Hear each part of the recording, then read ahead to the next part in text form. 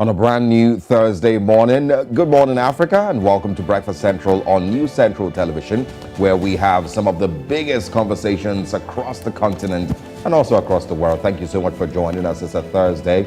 We also have Joe Hansen, of course, who's with us this morning. I am Osalgi Ogbon. Good morning, Joe. Good morning, Osalgi. Well, feels good to be on this side of the divide. The reason is because there are latest stories from Nigeria. Some of the evacuees have arrived in Abuja, the Federal Capital Territory, talking about Nigerians and other nationals from other countries have ensured that the evacuation process is indeed smooth.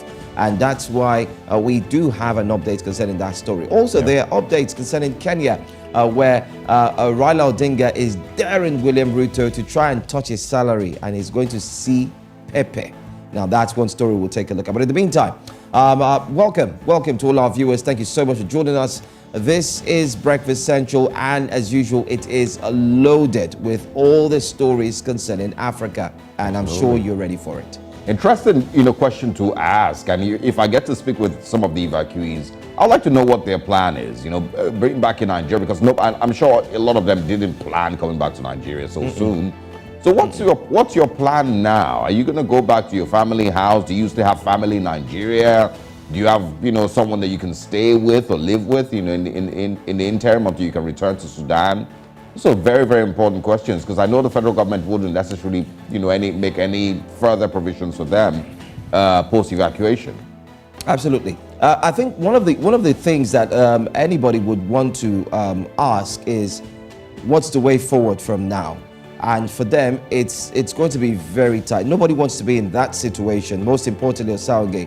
And they arriving back in the country, they were given 100,000 naira each. Fair enough. And fair enough, all right? So for those who live in Port Harcourt, who live in Akwa Ibom, who live in Delta, you name them, they have to board a flight from Abuja back to their base where they had left. That money is gone. Well, I mean, they have options. They can also go by road. There's some of them that may also want to take the by road after the entire tragedy. Yeah. I mean, they wouldn't necessarily get first-class treatment at this point, and they'll have to make do what they have. Yeah, I've seen this argument, online, with people saying that they should stop complaining about the facilities that they, have been given, or the process through which they were evacuated. They should be appreciative. And I have argued against it, that they should be treated with some dignity, regardless whether they evacuees or not. But 100,000 naira, I think. I mean, how much can you possibly give them that will be enough? 1 million? Osalgi, I think a budget of about 1.2. How many? How much? Billion? It's $1 million. It's wartime. Yeah, yeah. I mean, so if you look at it, anyway. We'll leave that. When we get into that conversation, we'll get to find out what the topic should actually look like. Absolutely. Now, let's quickly share with you what our top stories are on the Breakfast Central this morning. Yes, we start in Nigeria. 270 Nigerians have arrived at Abuja from Egypt. Zambia police lay siege on Edgar Lungu's home. That's one of the latest stories we'll take a look at as well. And of course, more on the Thabo Besta story, South Africa Correctional Services cut ties with the G4s. I owe you nothing. You have to lobby me, Tinubu tells Wike. It all happened yesterday. And of course, sad news for Nigeria and sports as they suffer defeat to Morocco. All of these and more on Breakfast Central this morning.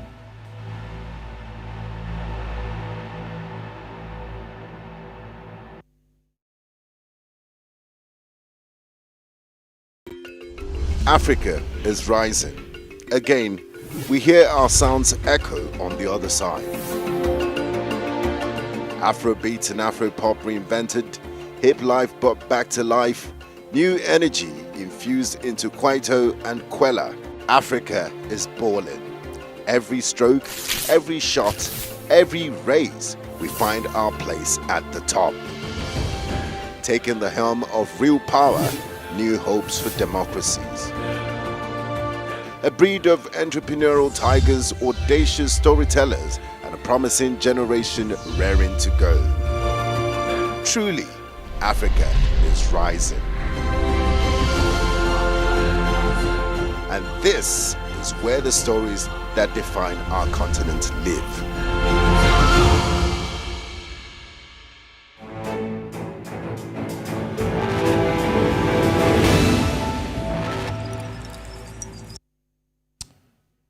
Thanks for staying with us on Breakfast Central. Let's take a look at the headlines very quickly and see what is indeed making the stories this morning.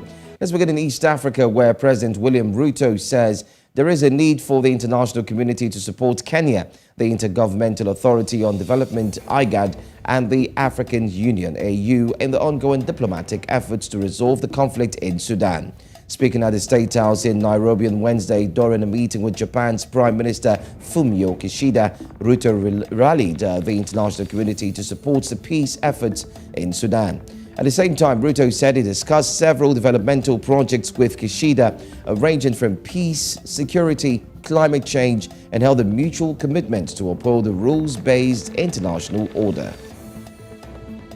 Through my discussion with President Ruto, who took office after the democratic election of last September, I was given this opportunity to hear the voice of Africa directly as the presidency of the G7. I shall endeavor to reflect our discussion in the deliberations at the G7 Hiroshima Summit this month. On Africa, Kenya welcomes Japan's support for the implementation of the Africa Union's Agenda 2063, which is the continent's blueprint for sustainable development and management. Well, let's go to Sudan now, where UN Secretary General Antonio Guterres says it's absolutely essential that a crisis does not spread beyond its borders and threaten democratic transitions and peace processes in neighboring countries. Guterres says he's concerned about the conflict spilling into neighboring countries undergoing their own political and post-conflict troubles, particularly Chad, Ethiopia, and South Sudan. More than 100,000 people had fled as refugees into neighboring countries since the conflict began, and the United Nations High Commissioner for Refugees, UNHCR, is making plans for as many as 800,000 more. I believe that all need to come together and all need to use their capacity to put pressure for this horrible and I would say unjustified conflict to stop. There is no right, a country like Sudan that has suffered so much, that is in such a desperate economic and humanitarian situation, cannot afford a struggle for power between two people. The Kenyan opposition has announced it was suspending a further round of planned anti-government demonstrations in an apparent move to pave the way for resumption of stalled bipartisan talks on a seething political crisis. Veteran opposition leader Raila Odinga's supporters have staged several protests since March over claims last year's presidential vote was rigged, but also over the alleged government's failure to tackle the soaring cost of living. Odinga's Azimio La Umoja One Kenya coalition had planned to hold another demonstration on Thursday, but said in a statement its leadership had agreed to suspend the action. President William Ruto's government had called for bipartisan talks to try to resolve the crisis, but the process was stalled because of several disputes. In East Africa, where the death toll from landslides and floods in Rwanda has now risen to 127 amid heavy rains in the country, 95 of those in the western province and 14 in the northern province. Governor Francois Habitegeko says many of the houses collapsed on people. He says the main roads in the province, including the new road snaking along Lake Kivu, are not usable because of landslides. The governor adds that rescue activities in remote areas were underway, with the number of victims likely to increase. The Rwandan Meteorological Agency has also warned of heavy rains throughout this month. In West Africa, the biggest rival to Sierra Leone's outgoing president in upcoming elections has cleared a key hurdle that could have barred him from contesting the ballot. Samura Kamara, who was defeated by Julius Maada Bio in the 2018 ballot, has been on trial since February for alleged corruption. But a spokesman for the Electoral Commission on Wednesday says Kamara has officially filed his application for the election, a move that came after his case was ordered adjourned until July 14. Separately, the High Court on Tuesday ordered the release of Kamara's passport, enabling him to attend a meeting of the Commonwealth Secretariat in Britain. Kamara, the champion of the All People's Congress APC, is seen as the main rival to Bayo, backed by the Sierra Leone People's Party SLPP. Nigeria's President-elect Bola Tinubu arrived Rivers State, southern Nigeria, Wednesday to inaugurate some projects in the oil-rich state. Tinubu, who was in the state at the invitation of Governor Nyesom Wike, was received by the governor and his entourage at the Port Harcourt International Airport.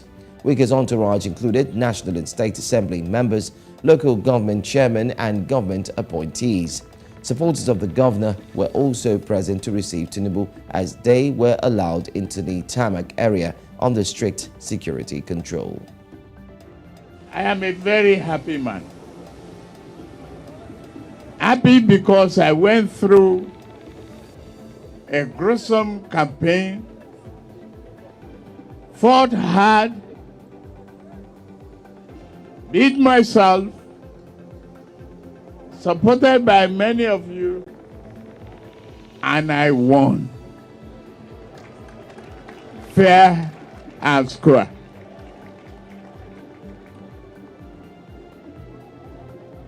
Ism, I say thank you for your contribution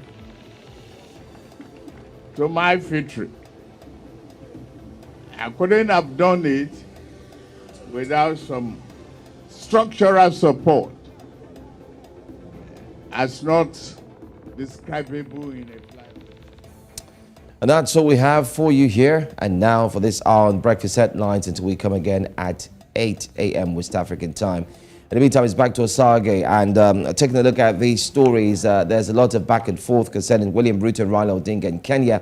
And on the western part of Africa, Nigeria to be precise, we've seen the president-elect paying a visit to Nyesom Wike, the governor of Rivers State, Mr. Wike himself, and the key statement that was made there, where many kept many talking up until this morning. Yeah, we of course will talk a little bit about that later on the show this morning, but I also want to chip in on the William Ruto and the Kenya situation with Raila Odinga. I would like to, find out from Kenyans if they feel like Kenya has the role that not William Ruto, now Raila Odinga has played in Kenya over time. Has it kept the Kenyan government on their feet and ensured that Kenya continues to be a successful country, or has it been a distraction from actual growth of Kenya as a nation? I would like to find out, what Kenyans think. Because he's continuously played this role for more than a decade, like the lead opposition person in Kenya, the one who is, of course, getting people out to riot and to protest against the government and some of all of that. So has he played a role to ensure that the Kenyan presidents, Kenyan governments have continuously been on their feet to give Kenyans the best, or has it been a distraction? That's a good question.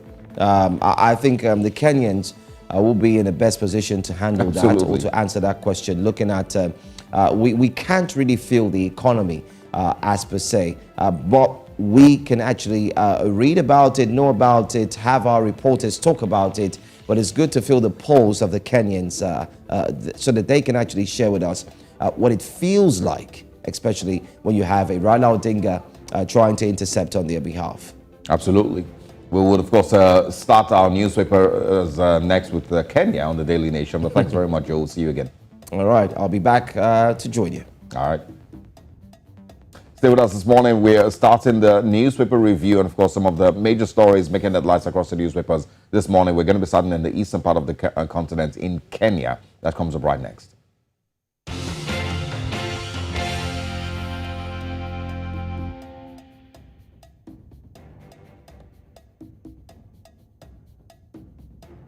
All right, and we start on the Daily Nation newspapers this morning. See what we can find here.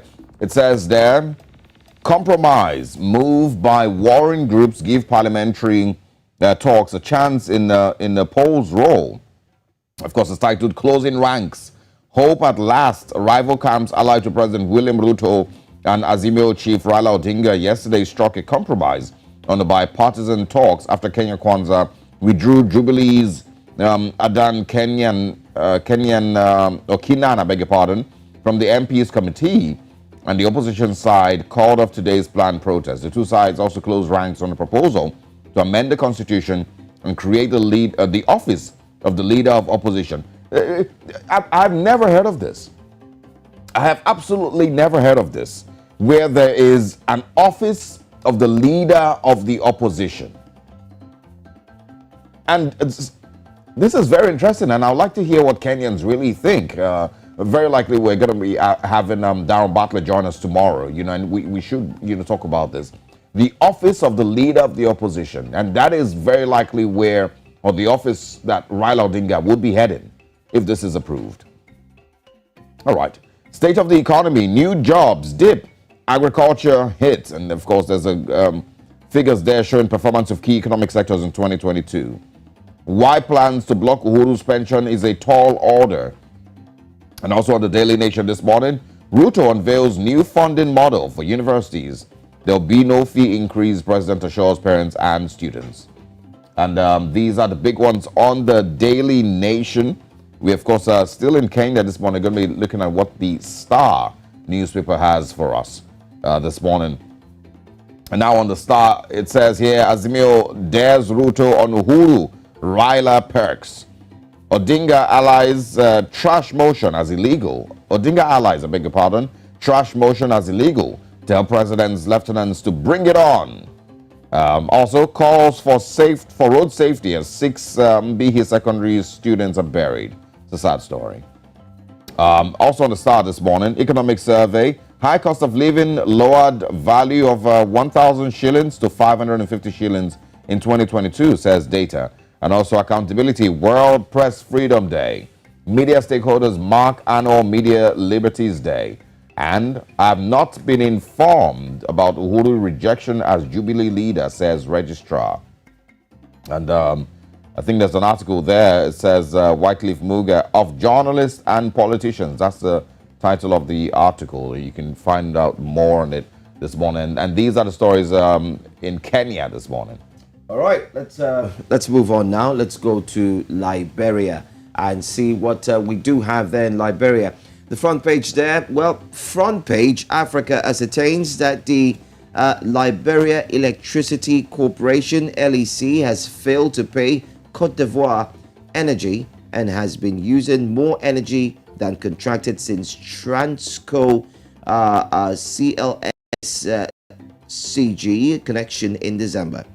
It says, in all, a reason behind the power outages. So the power outages as a result of not being able to pay what is being owed to Cote d'Ivoire and overusing what is actually meant to be used. So that's the reason why they are experiencing power outages in Liberia. Let's take a look at another story there, the big one. This time it says land grab forced eviction. Land grab forced eviction. It goes on to say 22 indigenous communities, right, World Bank president, seeking reforms, compensation, and also they are seeking reparations over clients' alleged actions. All right, right into the World Bank. I mean, sometimes I think to myself, when will Africa start to solve its own problems? Why blow the whistle and shout and call your neighbors? They're not even your neighbors. They're like thousands of miles away. You say, please come and help us. So come and help us. Please help us. Whereas you do have your neighbors who are neighboring countries. I mean, take a look at this story. You're owing your neighbor. You pay before you use power. And then the land grab issue, well, you might want to read about it to get more insight into the story. Time will fill us if we want to dwell more on it. One last story from my end. Take a look at the front page. It says, wife seeks justice. Wife seeks justice for alien husband who is an employee of a company in Liberia. You see the picture there as well. But that's what we're taking on the front page. From front page, let's move on to Punch in Nigeria. Punch, very punchy, a headline this morning. Outrage as Senate approves Buhari's 22.7 trillion naira extra budgetary spending. Don't forget though that this money was equally added initially. It's coming from the Ways and Means. and we had talked about it. Anyway, fresh borrowing from CBN illegal. Suspicious, say NECA, LCCI, and economists. 22.7 trillion naira extra budgetary spending to raise public debts to 69 trillion naira. I thought our debt profile was nearing 77 trillion naira, but of course, yes, if you add every single thing, we're looking at thereabouts. But then again, the borrowings continue, even though the president has less than 20 to 22, 23 days left in office. Questions are being asked. Why still borrow? What's the problem? Nigeria launches Agenda 2050. Federal government projects $33,000 per capita GDP. Possibility or not? Well, many are indifferent about this story. APC NWC fails to zone National Assembly leadership seat. Police arrest Oshun twins for cultism. Twins were arrested for cultism in Oshun. Page 5 has that story. Senate proposes live jail for unlawful explosives makers. So if you're caught making explosives because you are indeed a danger to the society and you are indeed a supporter of terrorism and insurgency, you risk a lifetime in jail. Let's take a few more. Sudan, 376 stranded Nigerians airlifted from Egypt. They have arrived, by the way, and they're being told they will receive 100,000 naira each. We talked about that at the start of the show. Federal government disconnects discos from national grid over debt. Page 19 has that story.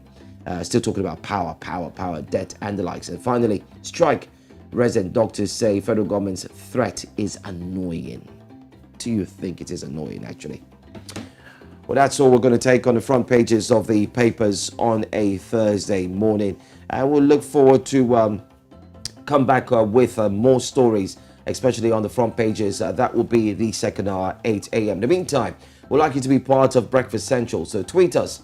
You can react to the front pages, react to the stories that we're bringing, the thoughts, and let us know what you think. Our handle is right there on the screen at News Central TV. We've always told you that more things will be here on the breakfast show just for you to ensure that you not only learn, but you also get to benefit. The top stories are up next. We'll be right back. Stay with us.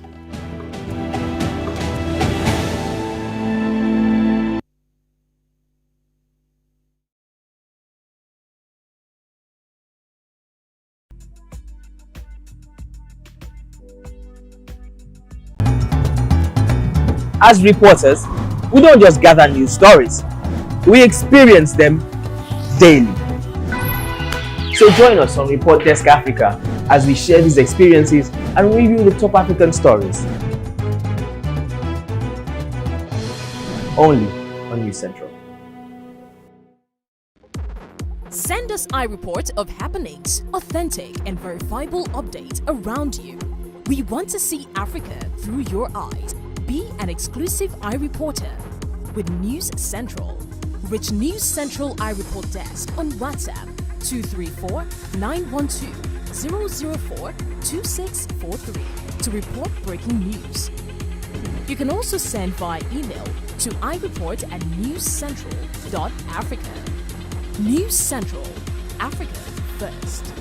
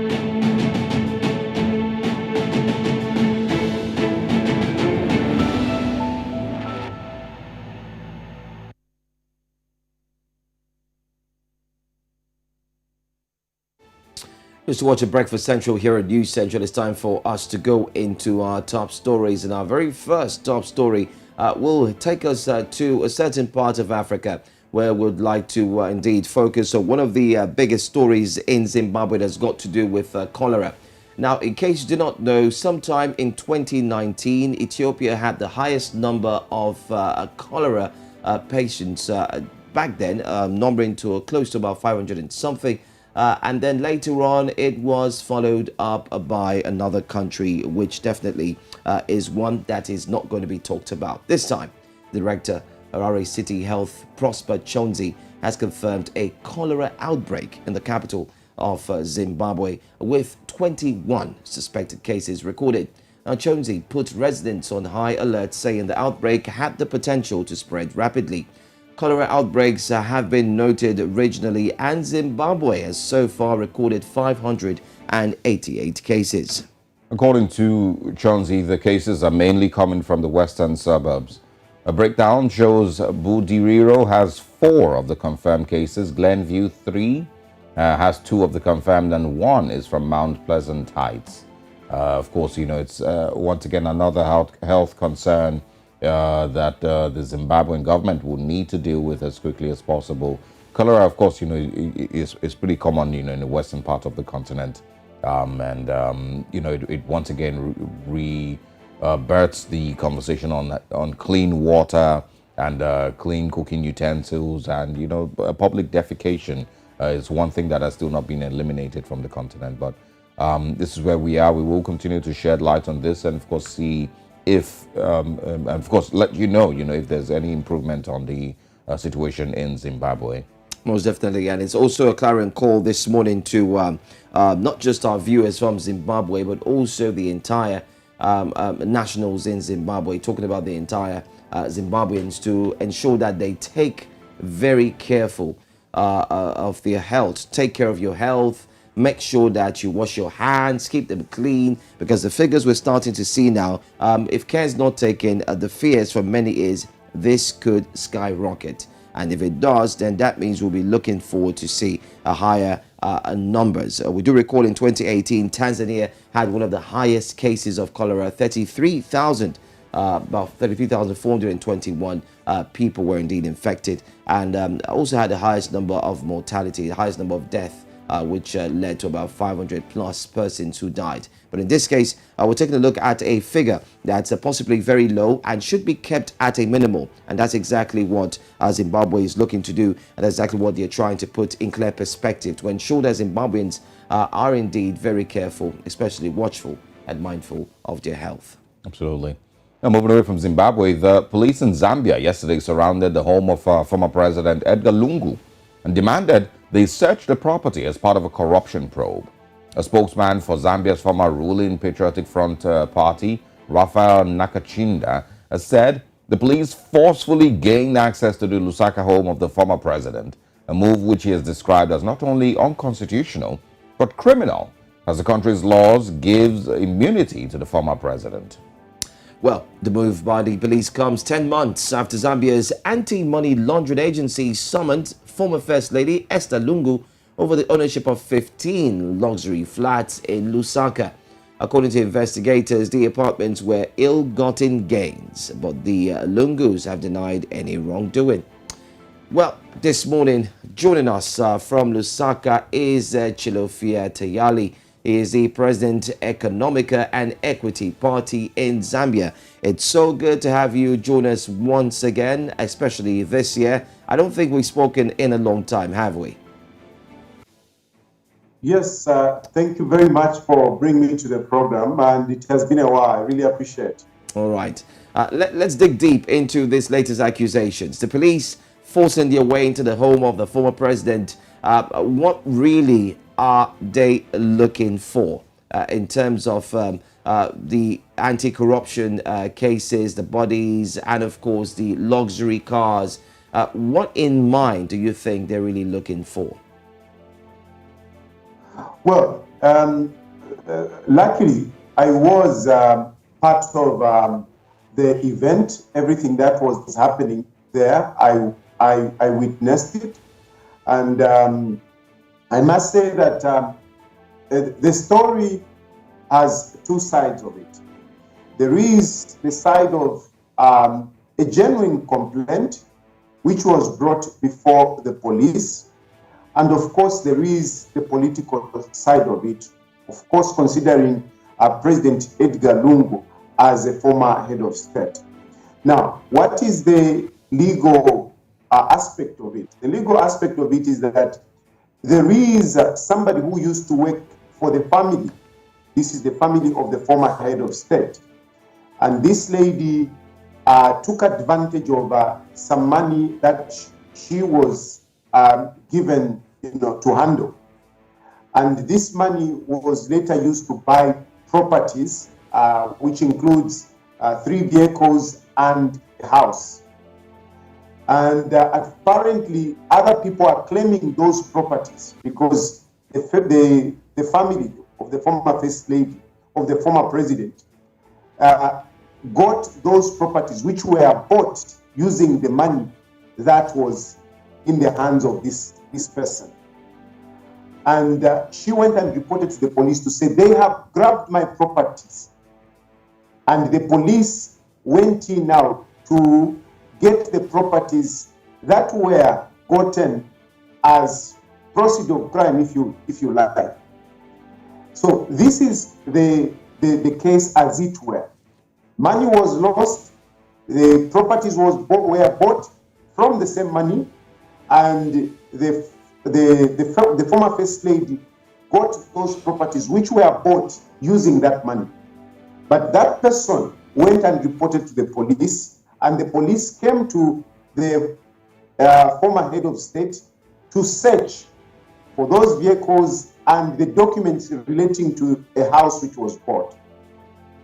Now, the political aspect of it is that much as this case, as it were, is a genuine case which was reported to the police, the problem came in when the police came with a blank search warrant that they want to search the property for vehicles and documents. So this is where the standoff came in, because the former head of state said, you need to be specific. What is it that you are looking for? If are vehicles, what vehicles are you looking at? And what documents do you want? So there was a long standoff of over about 5 hours between the lawyers of the former head of state and the police. The police were brutal in the sense that they even wanted to break the house, to access the house and do the search. Because of the supporters that were there, they couldn't do it. It was really tense, life-threatening, I must say, because the police came in full force with guns and these riot, all the tools that they could have. So it was really tense, but eventually the former head of state came in and reasoned with them, and they specified what they wanted, and that was provided to them. And this morning, the interrogation or the interviews will continue at the police station. So that is basically the story. Okay, well, you're talking about interviews. Was anyone arrested? And then, can you shed more light on the political angle? Is Edgar Lungu in any political battles with, anybody currently, or with the current president in Zambia?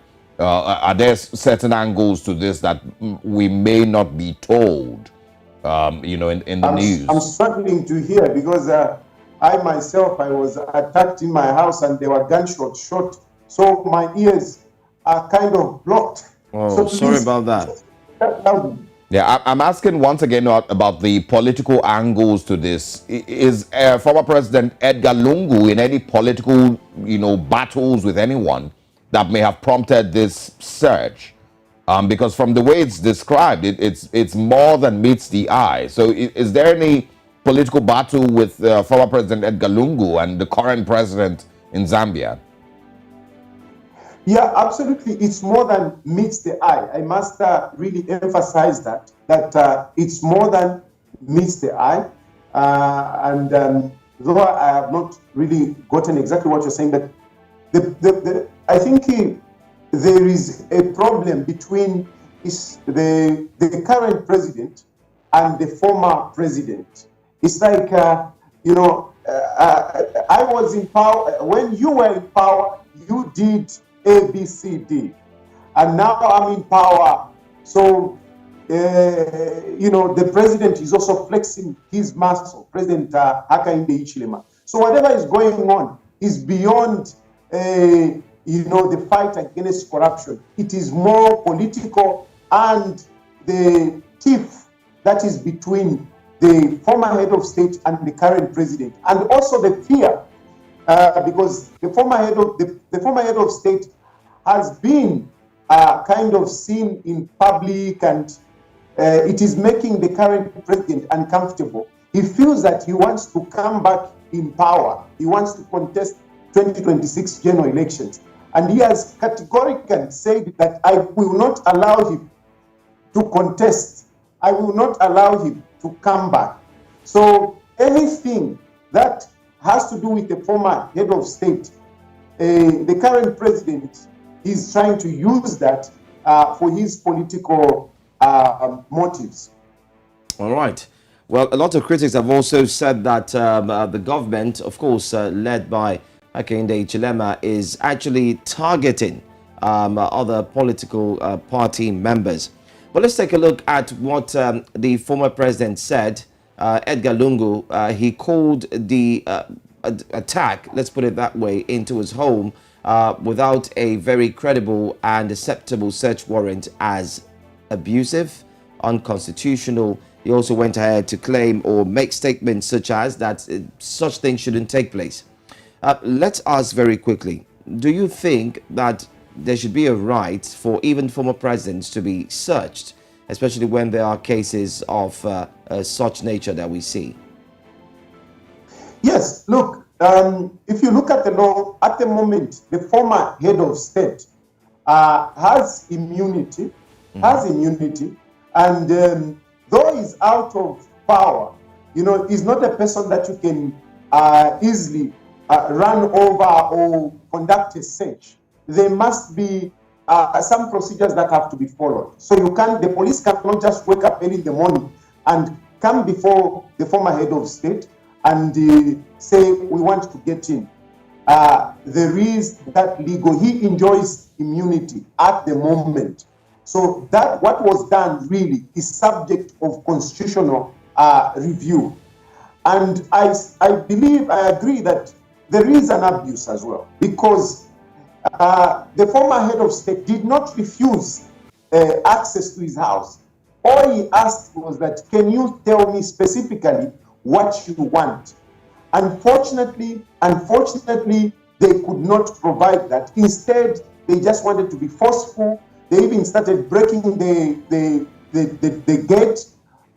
Surely that I don't think is the right way of doing things, in as much as they might be a case that they were genuinely investigating. They would have done it better. So there is an abuse, and there is something that we should call a subject for judicial review. Yeah. And of course, a lot of people have also described this as very embarrassing, seeing the way the former president was treated. And of course, I think there was some equipment, sent to his house to break down his gate or pull down his gate. And a lot of the comments have said, this is not the way that a former president should be treated. But I want to get your views on Zambians now. How do they feel towards Edgar Lungu? Is there a lot of love for the former president in Zambia? I struggle to hear that. Really. Please just. I'm asking about the way Zambians. My ear next to the phone. Yeah. Okay. I'm asking about the way Zambians feel about Edgar Lungu. Is there a lot of love for him in Zambia? What Zambians feel? If I get you right, what do Zambians feel? Absolutely. What Zambians feel, especially for the president at this point in time? Yeah. Frankly speaking, Zambians are peaceful people, and they usually sympathize with the underdog. So at this point in time, the former head of state is really getting sympathy from many Zambians. More so that, a lot of promises were made by the current president on how he was going to turn around the economy, reduce the cost of living, and also many allegations were made against President Edgar Lungu. But most of these things have not been fulfilled. So Zambians seeing what they were seeing yesterday, I mean, I was streaming live on Facebook, and I can tell you that I reached the highest viewership yesterday on my page. And most of the comments, they are really sympathizing with Edgar Lungu. And I think President Hakainde Hichilema didn't do himself a service, because he had something that he was celebrating with the students. A big event where he had given them meal allowance, trying to claim something out of what he's doing. But no one paid attention to that. Instead, the whole focus was on President Edgar Lungu. So I think President Hakainde Hichilema must think very carefully on how he's handling the former head of state, because he's giving more and more sympathy to the people who are supporting the former head of state. All right. We of course will continue to follow up and see if there's any updates on this story. But of course, a good thing that you were present and you were able to get all the information from the incident yesterday. Thanks for your time. We will be speaking with you again. Thank you. Thank you so much for joining us. Thank you. And do take care of your ears. Thank you very much. Thank you. Thank you. Yeah, and do take care of your ears as well. All right. We, of course, will continue to look out for less drama across the continent, in different parts of the continent. In Kenya, it is the Ruto versus Raila situation. In Zambia, it is Hakainde Hichilema versus Edgar Lungu situation. But, of course, peace is what we preach for. Now, the company guarding the prison in South Africa, where the now famous inmate, Thabo Bester, got away with faking his death and escaping, has been summarily fired. Now, South Africa's Justice Minister Ronald Lamola told Parliament this week that Bloemfontein Correctional Services, BCC, which hires the G4S, has been given 90 days by the Department of Correctional Services to complete the operations at the Mangang Correctional Center.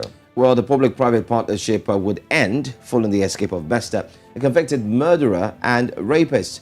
Meanwhile, 2 more former G4S employees were arrested on Monday in connection with the prison escape and made their initial appearance in court yesterday. Alongside Dr. Nandipa Magudumana and her 3 co-accused. But the case was again postponed to 11 and 12th of May 2023. Well, let's also tell you that the contract between G4S and Correctional Services was set to expire on the 30th of June 2026. However, as it stands, that contract has been terminated. But let's quickly also give you an update concerning what took place. Well, just in case you've been following this story like we've been bringing it very close to you, is that Thabo Bester, it's been said during the court appearance that Thabo Bester offered G4S warders up to 105,000 rands to help with escape. That's what he offered them. He also promised 2.5 million rands to tamper with the CCTV.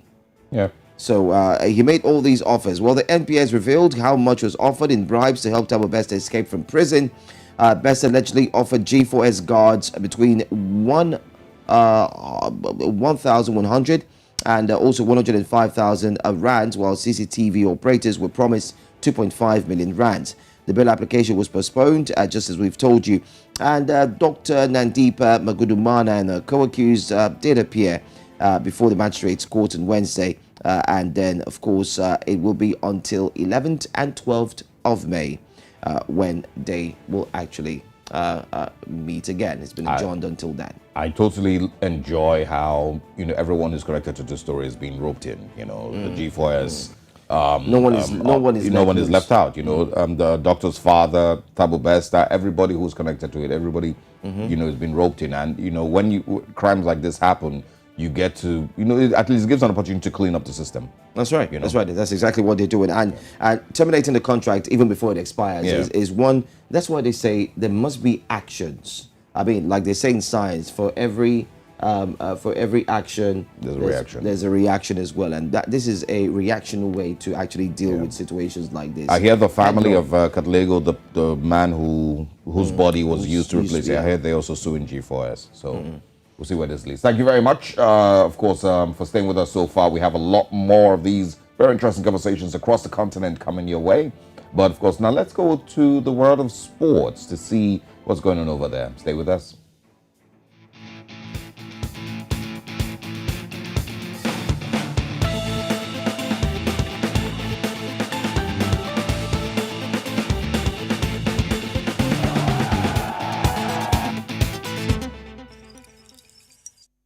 Hello and welcome to Sports Update on Breakfast Central. I am Udoka Njoko.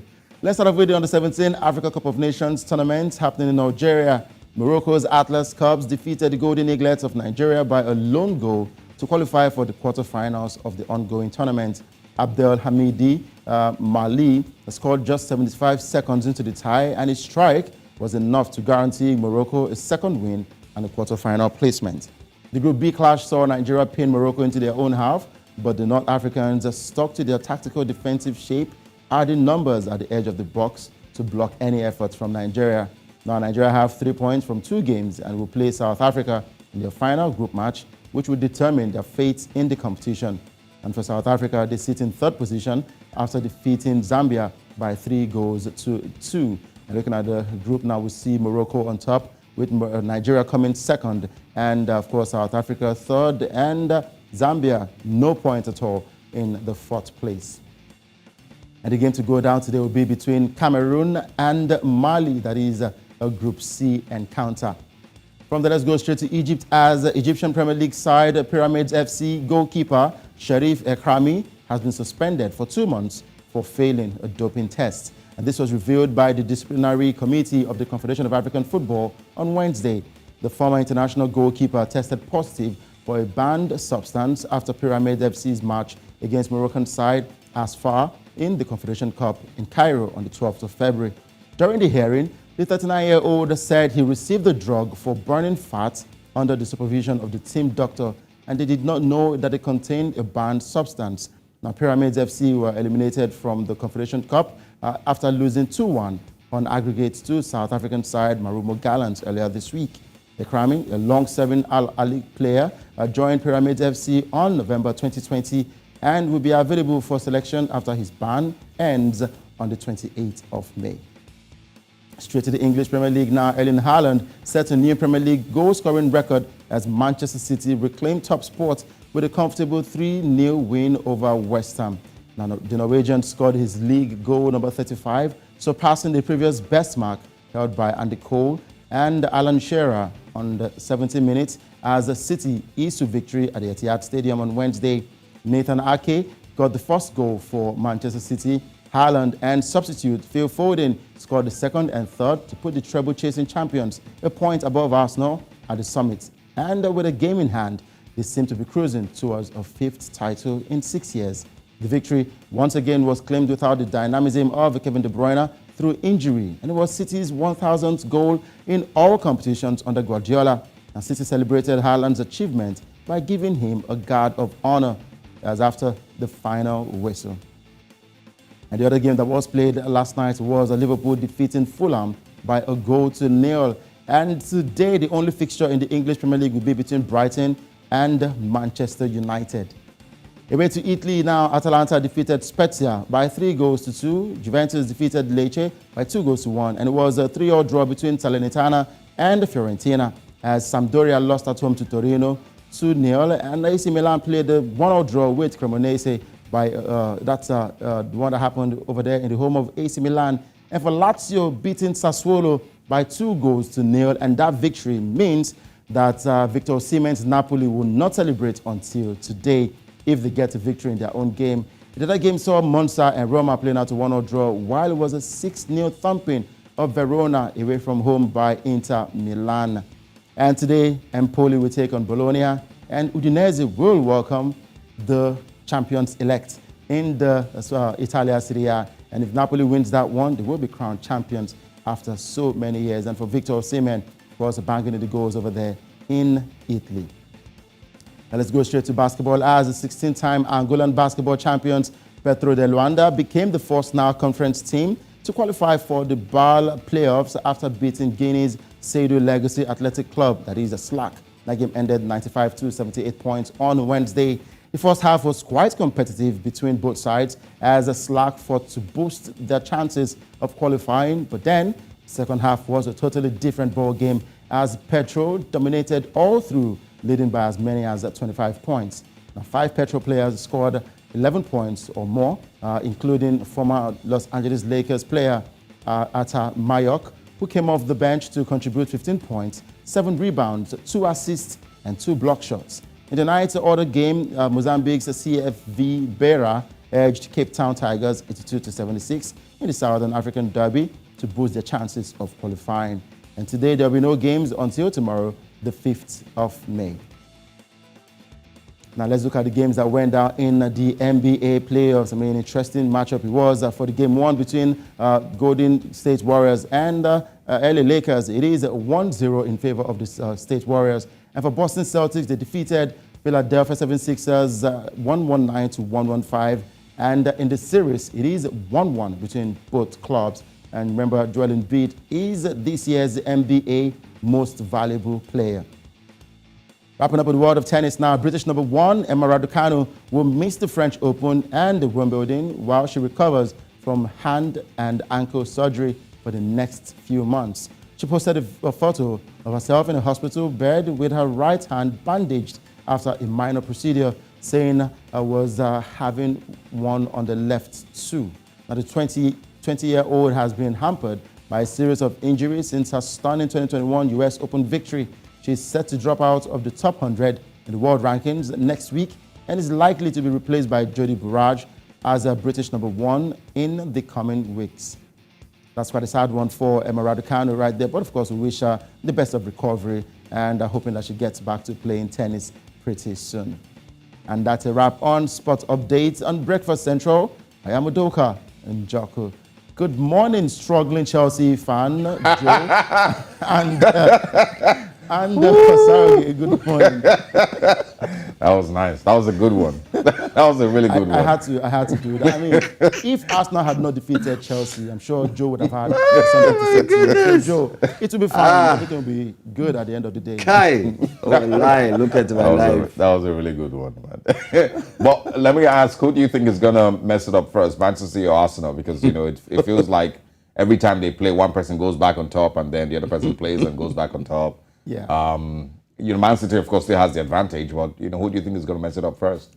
You know, for the English Premier League, it's become a topsy-turvy for both clubs. And I blame Arsenal for dropping all those points in the 3 games against Liverpool, West Ham, and, of course, Southampton. But then, for Manchester City, they've proven themselves worthy champions. Without Kevin De Bruyne, we all thought they were going to crumble, but they're still pulling the results. Against Fulham, they got a 2-1 result. Against West Ham United, the first half was a goalless draw. And in the second half, they tore them apart, 3-0. So if you ask me, to be very, very honest and sincere, I think Manchester City deserves to win that EPL title more than Arsenal because Arsenal bottled it up in those 3 games. But who says anything can happen? Like we always say, football is like biscuits. You never can tell where it will crack. And is it wishful thinking for Leeds United, bringing in Big Sam? Do they think he can do the job? Oh, well, they brought in Sam Allardyce. He is always a savior for struggling clubs. But with Leeds, let's see if he will lead them out of that relegation zone. But he is a professional and he knows what to do. Anyway, for me, I'm more excited about what we saw with the Nigeria's under-17 and the under-17 tourney that's currently ongoing. First off, I really love their jersey, I must say. I loved the jersey of the Nigeria's under-17 team. It was fantastic. I fell in love with it when I saw the color combination. But in terms of gameplay, yeah, there seems to be a future with the team. There was a certain Michael who caught my attention, Daniel as well, not forgetting to great left footer and not bad as well. But there seems to be a missing cohesion within the team. They need to be able to blend more, like we saw from in the case of the Moroccans, and that's why they won. But not a bad one. I'm just saying that Africa has indeed a bright future. If you're following the under-17, you'd see that Africa has a brighter future and a chance of winning the World Cup anytime soon, as long as they continue to build and keep these young talents, growing them, ensuring that they are nurtured properly. I'm sure the future is indeed not far off in winning the World Cup. I believe so too, because for Nigeria and all of the teams that playing in the under-17 tournament, we keep talking about grassroots, and I really hope that we do invest in the grassroots. Yeah, and that's it. That's the only way. Absolutely. Thank you so much. Thank you. Thank you, Doka. Thank you, an Arsenal fan. I wish you the best. I don't forget, Man City has 2 games, and with Haaland breaking records. All the best to Doka. All the best. Right. If I were you, I would. I mean, the thing is, both Chelsea and Arsenal are going to finish the game with the same number of trophies. So, you guys will be fine. Thanks a lot, Udoka, for stopping by. It's all right. Nothing to say. Let's take you through a recap of some of the major conversations we've had in the past hour on Breakfast Central. Zambia police lay siege on Edgar Lungu's home. Many have called this to be a very negative move. And of course, more drama in South Africa as correctional services is to cut ties with the G4S. Kenya's Esther Makaria handed 4-year doping ban. Doka brought us that updates, plus many more updates in the world of sports. In the meantime, let's check out what's coming up next in the second hour here on Breakfast Central. You have to lobby. I owe you nothing. The president-elect tells Governor Wike. And of course, more on celebrating World Press Freedom Day. That's right. We've got front pages of the newspapers as well. We'll take a look at what the papers are saying in a moment. Stay with us.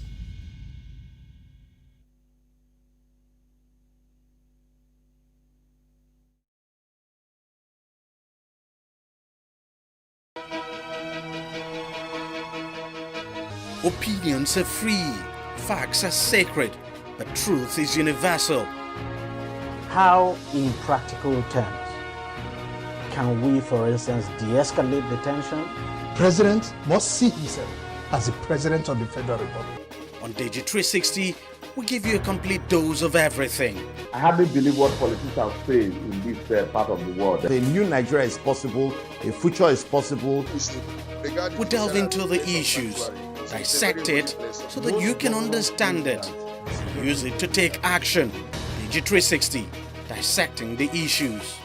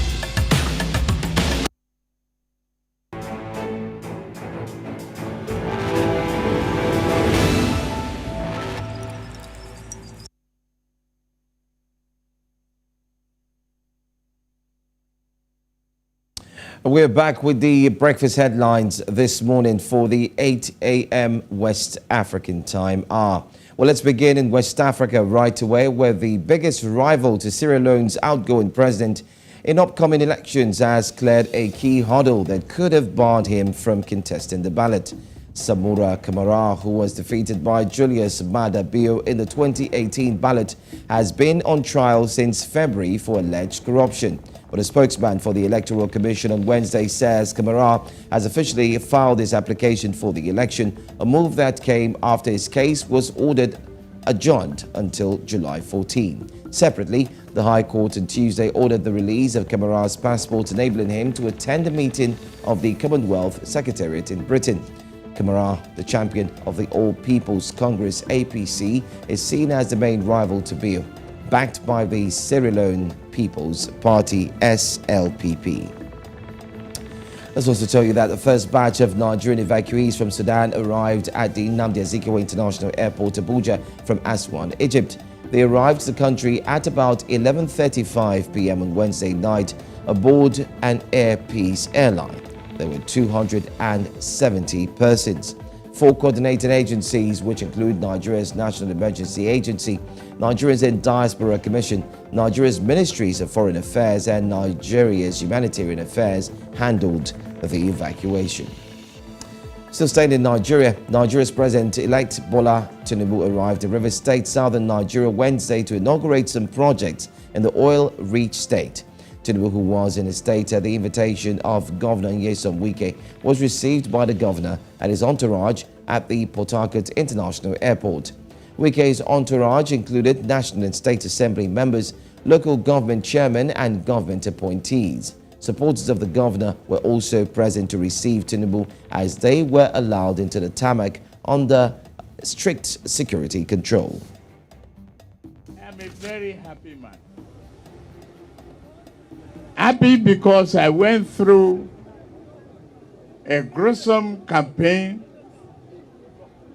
fought hard, beat myself,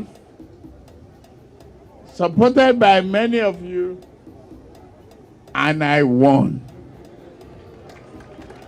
Fair and square.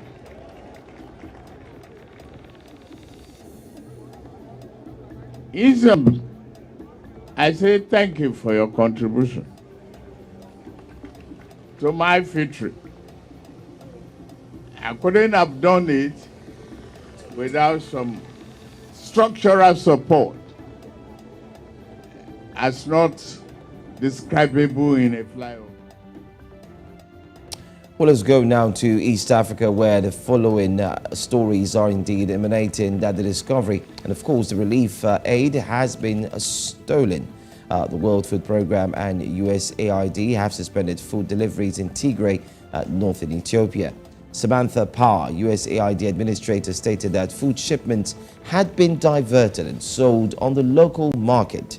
She added that delivery will resume once it was certain that they would reach the intended population, who is facing hunger. Getachew Reda, the interim leader of Tigray, has announced the formation of a task group to combat aid theft. He urged humanitarian organizations to continue giving aid to the neediest people. Following a 2-year war between Ethiopian government forces and the Tigray People's Liberation Front, millions of people in Tigray are indeed facing food shortages. President William Ruto says there is a need for the international community to support Kenya, the Intergovernmental Authority on Development, IGAD, and the African Union, AU, in the ongoing diplomatic efforts to resolve the conflict in Sudan. Speaking at the State House in Nairobi on Wednesday during a meeting with Japan's Prime Minister Fumio Kishida, Ruto rallied the international community to support the peace efforts in Sudan. At the same time, Ruto said he discussed several developmental projects with Kishida, ranging from peace, security, climate change, and of course, held a mutual commitment to uphold a rules-based international order. My discussion with President Ruto, who took office after the democratic election of last September, I was given this opportunity to hear the voice of Africa directly as the presidency of the G7. I shall endeavor to reflect our discussion in the deliberations at the G7 Hiroshima Summit this month. On Africa, Kenya welcomes Japan's support for the implementation of the Africa Union's Agenda 2063, which is the continent's blueprint for sustainable development and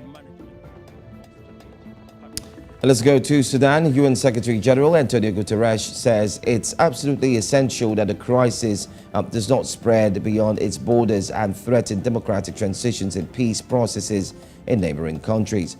Guterres says he's concerned about the conflict spilling into neighboring countries undergoing their own political and post-conflict troubles, particularly Chad, Ethiopia and South Sudan. More than 100,000 people had fled as refugees into neighboring countries since the conflict began, and the United Nations High Commissioner for Refugees, UNHCR, is making plans for as many as 800,000 more. For this horrible and I would say unjustified conflict to stop. There is no right, a country like Sudan that has suffered so much, that is in such a desperate economic and humanitarian situation, cannot afford a struggle for power. And that's all that we have for you here on Breakfast Headlines for 8 o'clock hour. Looking forward to bring to you more stories, especially with the latest updates as well for 9 a.m. West African time. Asage, I think one of the biggest stories for me here for this 8 o'clock happens to be the humanitarian aid embargo, especially the ones that have actually been stolen. You do have food relief materials being sent to the people of Tigray, but along the line, these food relief items are stolen and then sold at the local market. Yeah, it's not strange to hear, you know, and in every war crisis situation, these things would happen. It's, you know, really just effort to reduce it to the barest minimum, you know, but it would happen. A couple of years down the line, you would see some United Nations or UNESCO, UNICEF printed, bags and, things that were meant to be given out to IDPs or people who needed them. You still see them in the market being sold. You see people using them. So it's not strange. You know, these things happen during war. Even the Ukraine crisis that we're talking about now, I'm sure that there's a lot of that going on over there. So unfortunately, it's heartbreaking, but people would take advantage of crisis situations to earn or to make money through very dubious means. It's part of the process, I believe. Very sad. Unfortunately. Very sad situation indeed. Very, very sad. But, yeah. The United Nations has said that they would put a hold until they're certain that the body that has been set up, especially by the TPLF, will be ready to indeed man that position and ensuring that when food distribution does come in, it will indeed handle it appropriately. Because truly, whenever war happens, one of the major things that do hit the people is hunger. And that's exactly what's ongoing. But then again, that's all that will take, especially from the news this morning. Possibilities of seeing an update on that story definitely will bring that to all our viewers. It's over to your Saga as you kick off with the front pages. All right, now let's go back to the newspapers this morning and share with our viewers the major stories making headlines across the continent. That comes up right next.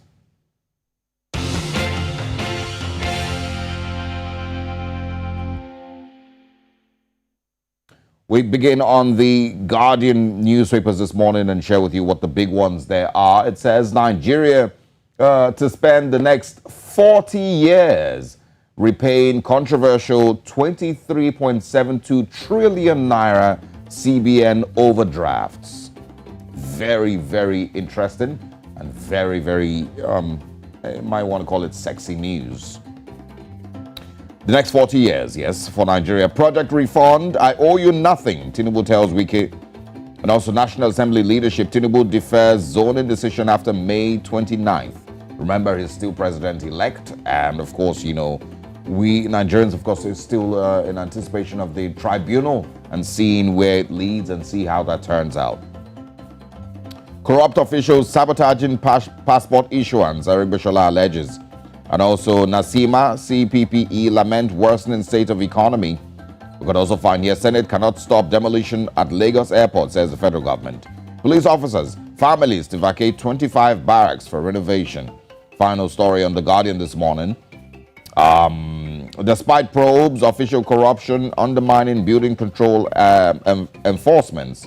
These are the big stories this morning. But of course, the major one in Nigeria on The Guardian is that Nigeria is to spend the next 40 years repaying controversial 23.72 trillion naira CBN overdrafts. Very, very, very, very interesting. All right, moving away from the Guardian this morning. This is what we have next. We now move to the Daily Trust newspapers, still in Nigeria. It says here, speakership. Opposition intensifies plots to upstage APC. Says we are more than prepared. It's a fruitless move, and that's from the chief whip. And also, we're working on consensus, says Adamu. Sudan crisis. Nigerian evacuees airlifted from Egypt without luggage. Oh. And also, Press Freedom Day. IPI sets agenda for Tinubu's government. Lagos, Ogun, Kano top as internet subscribers hit 154 million people. Ways and Means. Senate okays Buhari's 22.7 trillion naira loan request. It's very, very interesting. And also, BON nominates Trust TV for Broadcasting Awards. Also this morning, Buhari launches Nigeria Agenda 2050, targets over 150 million jobs. And these are the ones that we can share on the Daily Trust newspapers this morning. We move on to other newspapers. In Uganda now, on the Daily Monitor newspapers, it says here, driver speaks on Angola shooting. When hell broke loose, Mr. Sam Odongo, who had chauffeured Colonel Charles Angola for 15 years, has shed more light on what could have caused the shooting on Tuesday, saying Wilson Sabiti staged the attack when he was dropped as chief bodyguard. Also, flood kills 16, cuts off villages in Western, and that's in Uganda. Nature's wrath, and that's how it's captioned this morning. Sad picture you can see there of a man with his, pieces of little valuables, still, of course, paddling his way through the flood. Uganda now slips further in press freedom ranking.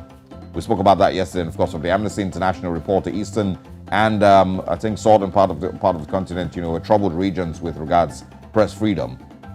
Parliament drops proposed 15% tax on unit trusts. And also, DM today, stay safe while attending races. That's on page 18. Government responds to outbreak of mumps in schools. And finally, I'm not sure what that story is about. Those are the ones that we can take on the Daily Monitor. We can squeeze in the Sowetan this morning in South Africa and see what we can find. Of course, updates on the Thabo Bester story. It's the biggest story in South Africa at the moment. Really, really dramatic. You can see a picture there of Dr. Nadipa Magudumana and her co-accused appear, of course, in the Bloemfontein Magistrates Court yesterday in relation to the daring escape from prison of her lover, Thabo Bester, last year. More on that on page 3. And also, she tried to kill me too.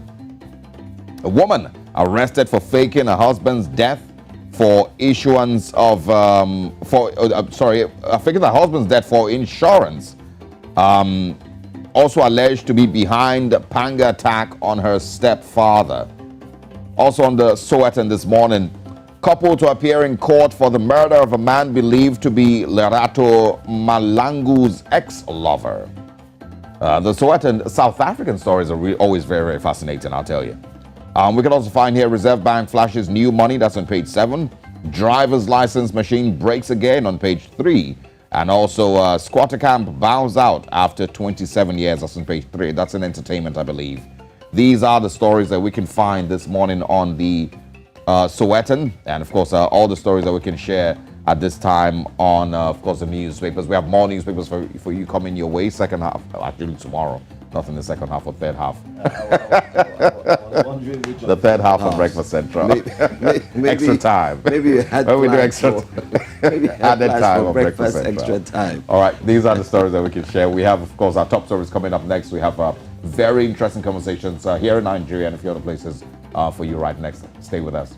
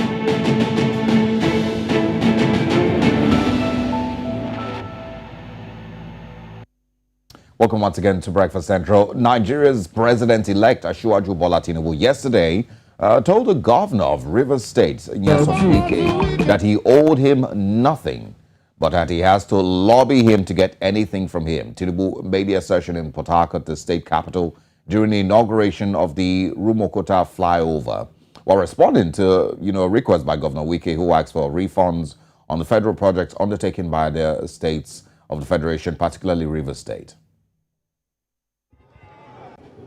The 12th flyover and the demand you made for refund, I owe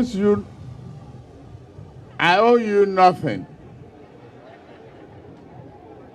It's your road.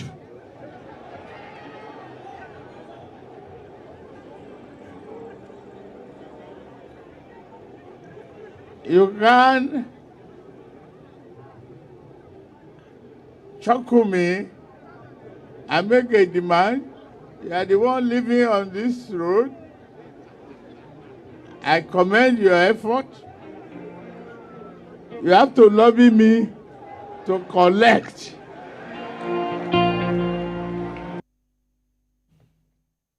Well, for his part, Wike said the projects undertaken by the state ought to be done by the federal government, adding that the state had to amend its procurement law to enable it to source funds and complete the various flyover projects it embarked on in record time. What joining us is one who is very familiar with that area, that zone, and of course the current River State Governor. Inko Taria joins us this morning, former Special Assistant to River State Governor, and of course one who has followed very closely the happenings, especially in Nigeria. All the way from Port Harcourt. Thank you for joining us this morning. Thank you. Former Special Advisor. Absolutely. The gap is much in terms of remuneration and so on. Well noted. Okay. Well noted. Yes. Let's get your reaction first off to the video you just saw, and of course the governor's demands. Well, the governor's demand is quite in order. I mean, these are federal roads that ought to have been rehabilitated by the federal government, but sadly they were abandoned by the federal government. And Rivers persons are the one, Rivers people are the one using the roads.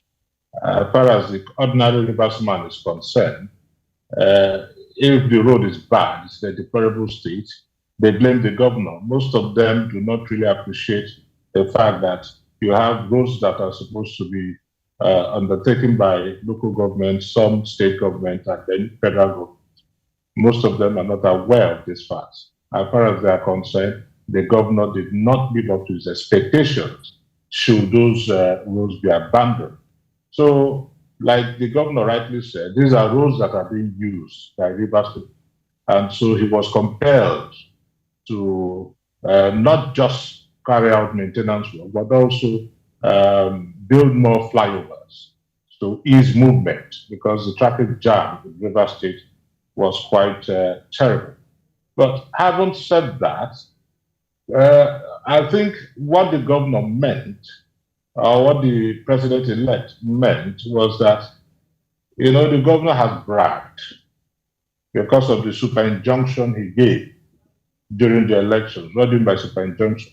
Go ahead and vote for so person, or you instruct somebody to do a thing without necessarily letting the world know that you instructed that person, so that it would be as if that was willingly done. That's the meaning of super injunction. So the super injunction was given to local government chair with a threat that should APC, the Tinubu, lose any local government, that local government chairman will be sacked. And so a lot of local government chairmen, even where Tinubu actually lost, were fretting. And when I mean frets, and so most of them even followed in some video. Most of them followed the INEC officials to their various locations, begging, pleading, some sweating profusely to say that jobs were at stake should they announce that Tinubu lost. Now, what happened on that day was more or less a feed forward. It's a harbinger of what we should expect. Before now, the governor of Rivers State referred to APC as cancer. he said he will never, ever defect to the APC because he will not leave malaria that is easy to cure and go to a party that is cancerous. In another interview, not just another interview, so many interviews, but one particular one, Tinubu said he was going to continue from where the president stops. And Governor Wike quickly, in his quick response, said that God will punish whoever says he's going to continue from where this bad administration stopped, that God will not allow it. And the same Wike who said this is the same Wike who supported Tinubu in the last presidential election simply because he lost out. And the air is suffused with news of Wike's support. And he has a loud mouth, but he has no secret. He has a loud mouth. So the air, because Tinubu has won and he wants to take the credit. So the air is suffused with that news that yes, I am the one behind the success, and I would have referred to it as purported success. But the INEC has announced until the court says otherwise, is success. So I am the one responsible for the victory of Tinubu in Rivers State. Now, Tinubu probably heard all this. Even if he didn't hear, his followers, his aficionados, and so would have brought it to his notice. And in these days of digital world we live in, even if you don't watch, somebody will just forward it to you and you watch. And so what Tinubu wants to prove, that's why I say it's a feed forward and the habit. What Tinubu wants to prove to the world is that no, I am not in any way beholden to you. I won fair and square. He said it there. In other words, I won because Rivers people loved me. Yes, in as much as I appreciate the effort you must have put in, but you are not the only one that put in those efforts. I am loved by Rivers people. Don't also forget the friction between Tinubu and Rotimi Chibika, which Wike wanted to exploit. Tinubu is a seasoned politician. I mean, he's been tried, he's been tested. So he knows that if he doesn't address that issue immediately, then it simply means the world will say, yes, even Tinubu acknowledged the role of the governor, Yesom is 1 week, and that without Wike, Tinubu wouldn't have won Rivers. I can tell you that to a very large extent, the super injunction by the governor helped. Nobody can take that away. It really helped because the Rivers people were not ready to vote for Bola. In fact, I felt that Rivers. What do you call a super injunction? I'm guessing all these things. I'd explain that. Yeah, but because if you say Rivers people were not ready to vote for Bola Tinubu, and he eventually did win Rivers State. So are you saying that?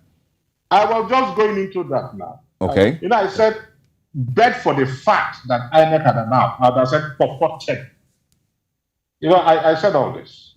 What does that mean? I still have a conviction that he did not win the state. That's what I mean. But because INEC had announced, and only the court, it is now within the remit, the virus of the court, to either confirm or dismiss. And until the court does that, we'll still say, well, INEC. If the court confirms, there's nothing you can do. Whether you actually won or not, INEC had announced him and the court said yes. But if the court says no, then you can announce, okay, I said it, he never won. Because I felt that the man that was going to win Rivers State was Atiku Abubakar, the man I supported and the man I voted for. But honestly speaking, the person who won Rivers State was Peter Obi. I was also disappointed. It was Peter Obi. I want to be as honest. The elections are over. We are now in court. They are now in court. Because, like I said, I voted across party lines. I don't belong to any political party because I don't believe in this imbecilic foolish. Yeah. I always believe that we should vote our conscience if we have to put things right in this country. No sentiment. So I voted across the party lines. Ms. Agutara, I also want you to speak on the governor of the state, Nyesom Wike, and what you would describe his political game as, because like you said, and of course you reminded us, that in interviews in the past he did describe the APC as a cancer, and he said the PDP was malaria, the APC was cancer, and he wouldn't support the APC or do have anything to do with it. But it seems like that has changed, right from in the build up to the elections with him, of course, having his battles with Atiku Abubakar. And then declaring a public holiday. Will soon tell me it's over. Yeah, you know what I mean? But go ahead. Yes, because New Central will soon tell me, oh, we are sorry, no time, and so on. But that's okay. Let me quickly address that. Now, you see, as at when he said APC was cancerous, he still had that belief and hope that he was going to clinch the PDP presidential seat. So this issue of equity, fairness, and justice, they were just specious reasons. These are just subterfuges. They were not genuine reasons. Because he did not even say that. When he came back to Rivers State, he said he was still going to support, thinking he was going to be chosen as the vice presidential candidate. He listened to Dino Melaye, which is yet to be controverted. So when he lost the vice presidential ticket, which he swore he was not ready to take, he was not going to settle for before then, that was when the issue of equity, fairness, and justice. Now, even if you talk of equity, fairness, and justice, you should go to the southeast. Let us be honest with ourselves, not south-south, because Jonathan was a product of is from the south-south, just neighboring state here, Bayelsa, which was part of Rivers State before it was excised. So if you talk of south, you should go to the southeast. But you also how they urged P2B out of the party. He urged P2B out of the party. So it has nothing to do with equity, fairness, and justice. It was an egocentric battle. It wasn't in the interest of the nation. Not at all. You see, so when he now realized that he has lost out completely, they formed the G5, talking of integrity. Now you talk of integrity. If you say integrity, then why will you be in PDP and be supporting an APC presidential candidate? We saw it when he went to Lagos State and endorsed the Lagos State governor for a second term. He shouldn't have done that. But knowing he was going to be this mischievous, what did he do? He quickly ran to courts to get a restraining order, restraining the PDP from suspending him. So he remained in PDP and was yet hobnobbing with APC, which is anti-party. Are you going to talk of integrity there? All you'd have done was to resign from the party. It won't cost you anything. He's not a legislator that you will say, if you resign from the party, he's going to lose the seat. Even that is highly contentious because these laws are not obeyed in this country. So all you'd have done was, Dave Umahi did it when he saw he had no chances. And as at that time, he accused me of being responsible for the problems he had in the PDP. And he left the PDP. Dave Umahi did it. Why did you just leave the party? I moved to it. This man did it. The President State Governor did it. That is what you refer to as integrity. You don't remain in the party to destroy the party. Then you're even worse than the enemy. So what he's trying to do now is ingratiate himself with Bola Ahmed Tinubu to see if he's going to get any political appointment. That he said, I was a minister, so I don't need any other appointment. But we also saw what happened when he lost out. How he was gunning for the vice presidential ticket that he had disparaged. Now, we strongly have that conviction that he's probably looking for Minister for Petroleum or Minister for the... But why are you inviting Bola Ahmed Tinubu? He has never wanted to invite Jonathan, who was instrumental to his election in 2014. Has he invited Jonathan? Because Jonathan is out of office. So Jonathan has been consigned into oblivion. No more relevant. They're inviting Tinubu. Tinubu is not yet a president. He's not an official president. You can call that. He's a president-elect. So even if tomorrow Tinubu comes to commission a project after swearing after May 29th, that project he will come to commission is the first official project in Rivers. Because right there is the president-elect. God forbid if anything happens to him, he's not going to get any state burial apart from the Lagos State burial. Not federal. The federal government will not, FEC will not hold a minute silence for him. The National Assembly will, because he was a senator. The state will bury him, Lagos State, not federal. So it's not an official list. He's only phoning, trying to ingratiate himself. And that laughter, if you want, when Tinubu talked of the issue of refund, you could see he was now very happy that he had committed Tinubu. Tinubu was going to say that was a snapping. But when Tinubu said, I owe you nothing, you could, if you observe properly, you could see that he was a little bit, the spirit was a little bit dampened. But at that point, he still laughed out of shame. But the spirit was a little bit dampened. And watch before then what was going on between Tinubu and the Speaker of the House of Reps when he was talking. You saw the Speaker was always saying something to Tinubu. They had discussed it. And they knew. Mr. Enko, these are not kids. Mr. Enko, you said his spirit was dampened, but you were not there to see if, or did he tell you his spirit was dampened? I mean, if we put it that way. But anyway, let's quickly talk about very briefly. If I watch you on TV, I will know when you are the day you are happy and the day you are not. Also, at times I say, also your appearance today wasn't the one I know. It's a matter of interpretation. I might be wrong, I might be right. You understand what I mean? I might be wrong, I might be right. But you know, it's a matter of deductive reasoning. But let me ask very quickly. I might be wrong. Deductive reasoning might be wrong or right. And it's also a question of, you know, for those who did master, what they call the psychological closure. All right, Enko, very short. Yes. Very short, please, Mr. Enko. What do you make of the G5? Do you think the G5 actually played its role during the elections? What do you make of that G5? G5 did not play any role. You know, when people keep telling me G5 was one flaccid group. It didn't play any role. What role did G5 play? How many of them won the elections in their state? How many? You said G5. So how many of the G5? Makinde, we cannot say he won because APC won the federal. So how many of their states, how many of them, and the G5, the man they were fighting against is PDP. PDP won River State at the state level. So Atiku can still say yes. He lost, but you can still say yes, well, my party won it. Yeah. Now, what role? The first question you're going to ask is, how many of the G5 governors even won their wards? That is to tell you that the G5 governors do not have the gravitas. Even in River State, the governorship election, a lot of us know what happened. We all know what happened. All right. Most of them lost. We saw what happened during the election. How the beavers were stolen, how human beings were attacked. We all saw what happened. If you say you are that powerful, you allow the election to flow. Let it roll. And let the people express their will. Free.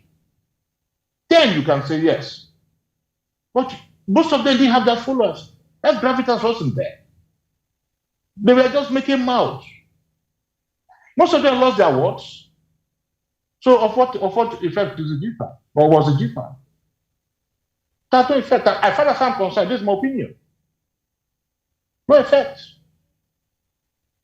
All right. What are your expectations? I think it might be a final question. What are your expectations going forward? Of course, you also got to see a lot of persons present in Port Harcourt yesterday. The Imo State governor was there. Governor Seyi Makinde was there also. You know, and it looks like a lot of political alignments are building. You know, but what do you think? You know, they might be gathering for. You know, why do you think their loyalties seem to be so strong towards the president-elect? And I'm talking about now, you know, the particular faces that were present there yesterday. You see, the truth is, in this part of the world, a lot of people depend on government. A whole lot.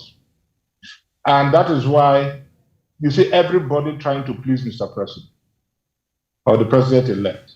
I tell you, if Tinubu invites anybody today, and Buhari invites anybody, they'll first of all go to where Tinubu is, because they believe they have prospects there in terms of jobs, I'm talking of appointment, employment, I'm talking of contracts, and so on. But Buhari is just, I mean, this is the twilight of his administration. It's out. Nobody respects him. They believe that Tinubu has 8 years. You know, most Nigerians don't believe that after 4 years that you'll be out, especially if you're a president, until the time of Jonathan. But so they run to Tinubu to see how they can warm themselves up, so that when eventually he's sworn in, and you also have a lot of backbiting and so on right now, so that once he's sworn in, they will not get either an appointment, they will get either contracts or so on. Not all of them will want an appointment. Some just need the contracts. Some want appointments. You know, so that is why you see them gathering around Bola. Even those that disparaged him, rained invective on him like the years of weekdays and co. Today are the ones now saying he's the Messiah. The rejected stone has now become the cornerstone. Tomorrow, too, if he loses at the Supreme Court, you see all of them saying, I said so. And let me quickly say this, why Bola Tinubu would have reacted that way. You see, in our local parlance, we said, man with the current match, don't allow match of passing by. If you can do this to all your predecessors, if you can be that vulgar, if you can be that loquacious, then I should be careful. That's the truth. They are not fools. To him, he was making so much mouth and so much beauty, he was bragging, I must talk. Look, there are consequences for every action. So even Tinubu himself will be very, very careful. Extremely careful. Others will even mention to him, remember what he said this other time. Remember what he did to his former boss. Remember what, that is how life is. So back to your question. A lot of them are now going around Bola Tinubu for what they will get. And it is the kind of system we operate, where the president of a country, even the governor is the Lord and Master. You have them as lords and liege servants. Whatever they say. In civilized times, nobody cares because you're going to go by the law. You rule by the law. You live by the law. You have no choice. Your hands are fetter. But here it's not the case. Look at the Madu. I have a lot of sympathy for him because I would have even done the same thing to save my daughter. I would have done the same thing. And if anything was hidden, he wrote. But look at the laws catching up with him there. In Nigeria here, they will just say, what is wrong with you? Come and get away. All right, Mr. Nkutare, we'll have to wrap it up here. Always interesting speaking with you. Of course, you know, you're very, very, one of our, favorite guests, to have conversations with Nigeria's politics. We'll be seeing you again. Thank you very much. And say hi to the people of River State for us. Thank you. Thank you. Thank you so much. Absolutely. See, I'm dancing. Very animated. Now let's go to, of course, Elizabeth Musa, who is, of course, standing by to share with us other big stories that are trending across the continent and across the world.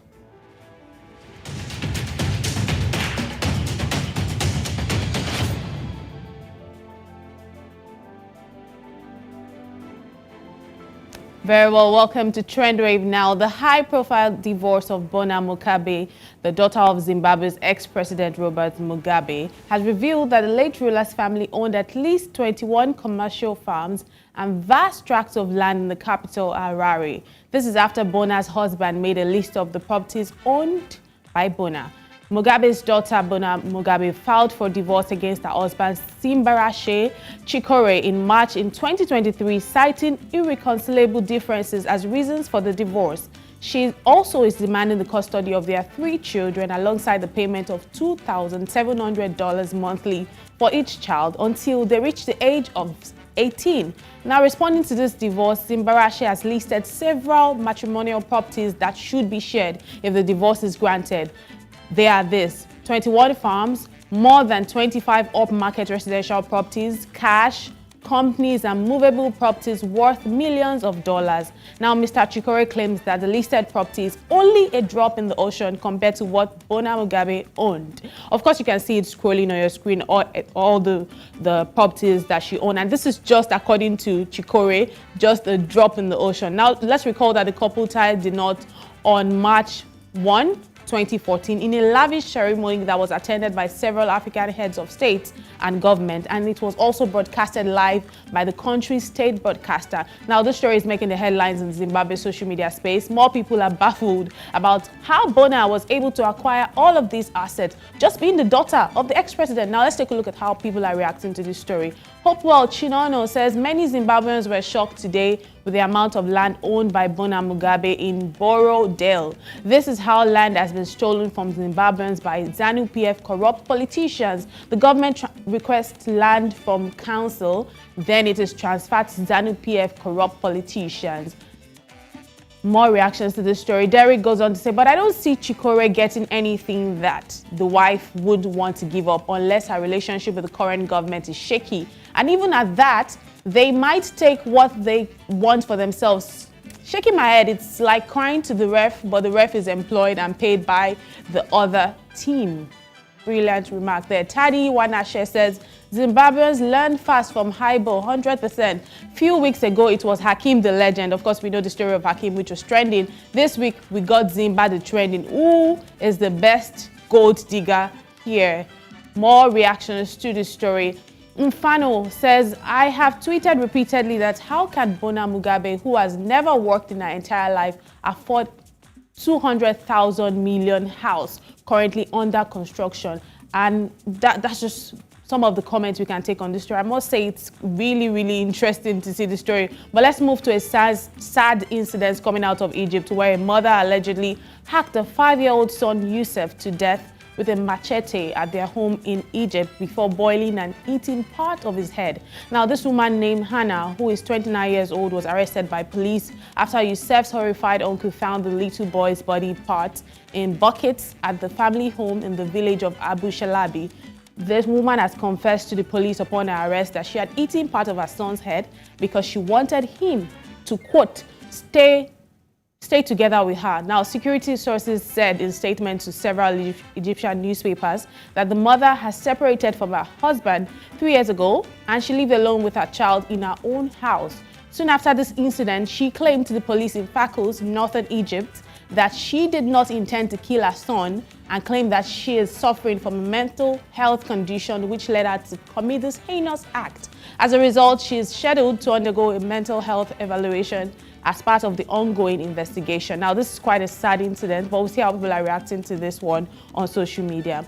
The court case says, deal with your anger issues, else they will grow into resentment, and you do not want to know what you're capable of when it overwhelms you. Caris goes on to say, she's not mentally ill. She's not mentally ill. Stop blaming mental illness and let people who are truly suffering from that be believed. Candy goes on to say, normalize asking people if they see human flesh as food when you go on dates, not every time pictures. Tunzu says, don't place yourself around toxicity. May the boy's soul rest in peace. Very, very sad incident coming out of Egypt, I must say. Joe and Osaoge, I'm sure you have plenty of things to say in respect to this story. It's a gory one. It's a sad story. Basically, not to hit hard on that particular topic, but I did like one of the tweets where the person said, "Stop using mental health as a reason for committing heinous crimes." And I think so. I think she, after the evaluation, it will indeed help a lot to prove if she's really hiding under the shadows of mental health, or she's actually one who just felt like she wanted to try something new, which many would still categorize under mental health. Yeah, absolutely. So it's not normal. What's not normal cannot be categorized as being normal. So it's worthy of carrying out a mental evaluation. It would be nice to know what the mental, condition health, is. Laws are in Egypt. Okay. The criminal laws are in Egypt with regards to mental health. But I also would like to find out, how long postpartum depression lasts. Can it last up to 5 years post birth, or is it something just a couple of months after giving birth? Those are some of the things I would like to find out. But of course, rest in peace to that very, very sad that little boy. I hope that proper investigations are carried out, and if it is a mental health issue, then of course I hope she gets the treatment that she deserves. It's just really, really sad. But I'm sure, Liz, while going through that story, there were a lot of people whose reactions may have shocked you as well. Certainly, lots of them. But you know what? I want you to quickly just make a comment on the first story, the one for Bona Mugabe as well. Well, what else?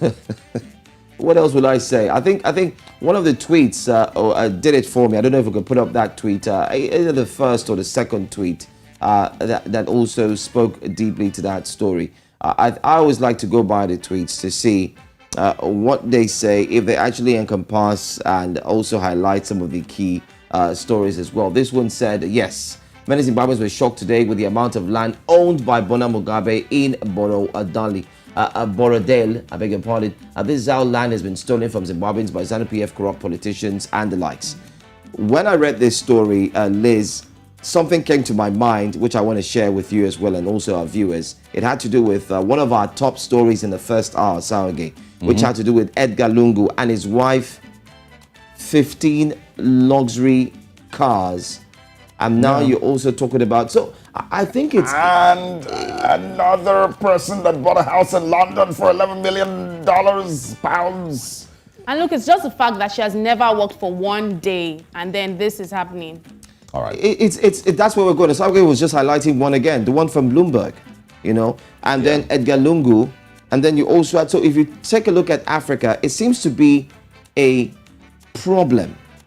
I don't know what to say, but let me just use the word problem. It's nothing new. Let's leave it. So it's nothing new. You see wealth, amassing wealth is just part of the game. All right. That's what it is. We need to go. Thanks a lot, Liz, for stopping by. See you again. It's always a pleasure. And of course, thanks to our viewers this morning for being a part of the program. We totally enjoyed the last 2 hours with you. It's a goodbye from us. We'll be back again tomorrow morning on Breakfast Central. I am Osaugi Ogbonwa. And she is? My name is Elizabeth Musa. Okay, that's it. Go follow on Twitter, by the way, to tell you the latest trends. At Shades of Liz _ At Shades of Liz Liz _ Shades. Oh, what a shade. I'm Joe Hansen. Thank you so much for watching Africa. We'll see you again later on. I'll be back at 9 for the news. So stay with us. More coming your way.